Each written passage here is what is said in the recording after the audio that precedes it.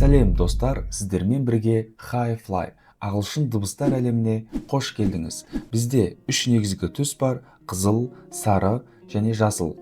Осы түстерді біз бір-бірімен араластырсақ, кемпірқосақтағындай жаңа түстер пайда болады. Ағылшын әліпбиінде 26 әріп бар. Сол әріптерді дұрыс біріктіру арқылы біз 40-тан астам ағылшын дыбысын оқып, жазып және айта аламыз. Ағылшын тілі кейде түсініксіз болуы мүмкін.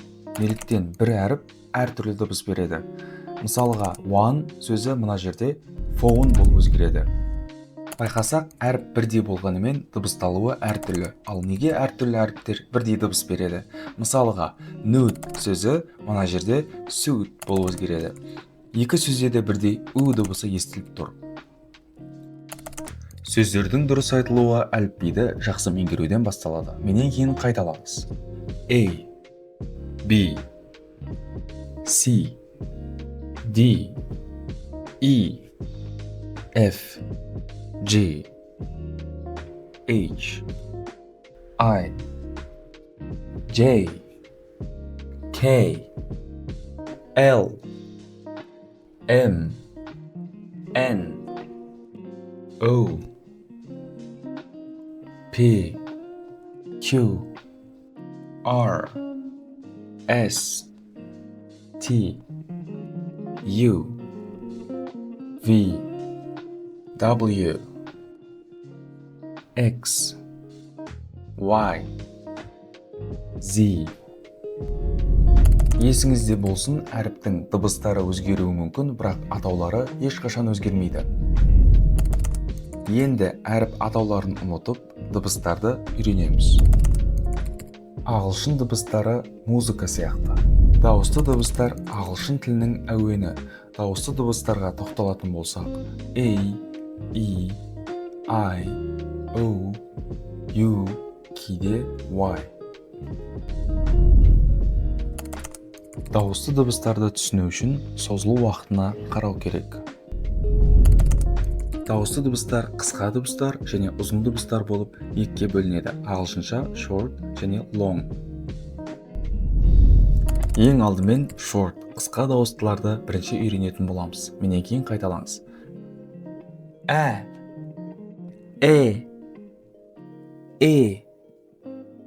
А. Яғни бұларды айтқан кезде дыбысты кесіп тастағандай айтамыз, ешқандай созу жоқ. Қалған әріптердің барлығы бұлар дауыссыз дыбыстар. Дауыссыз дыбыстардың көптеген дыбысталуы бар, бірақ біз ең алдымен short, қысқа дауыссыз дыбыстарды үйренетін боламыз. Байқасақ, бұл дауыссыз дыбыстар музыкадағы битке ұқсайды, өйткені олар т, к, ч, ш деген сияқты қысқа, анық естілетін дыбыстарды білдіреді. Сонымен қатар C және G әріптері екі түрлі дыбыс береді.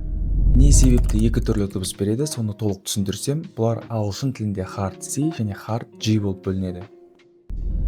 Ереже өте қарапайым. C және G әріптерінен кейін осы үш дауысты дыбыс келетін болса, К және Г болып оқылады. C және G әрпінің қай кезде Г, қай кезде К болып оқылатынын үйрендік. Енді келесі әріп бұл бізде soft C және soft G. Бұл жерде де ереже өте қарапайым.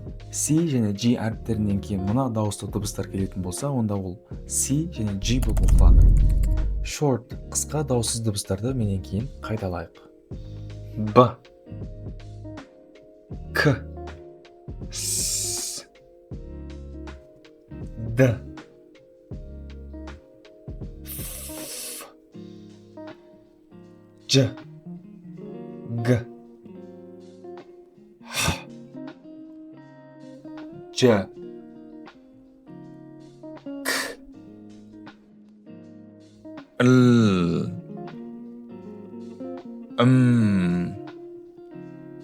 Н, П, Q, Р, С,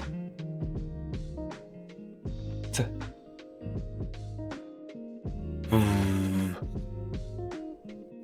В, Кс, Я,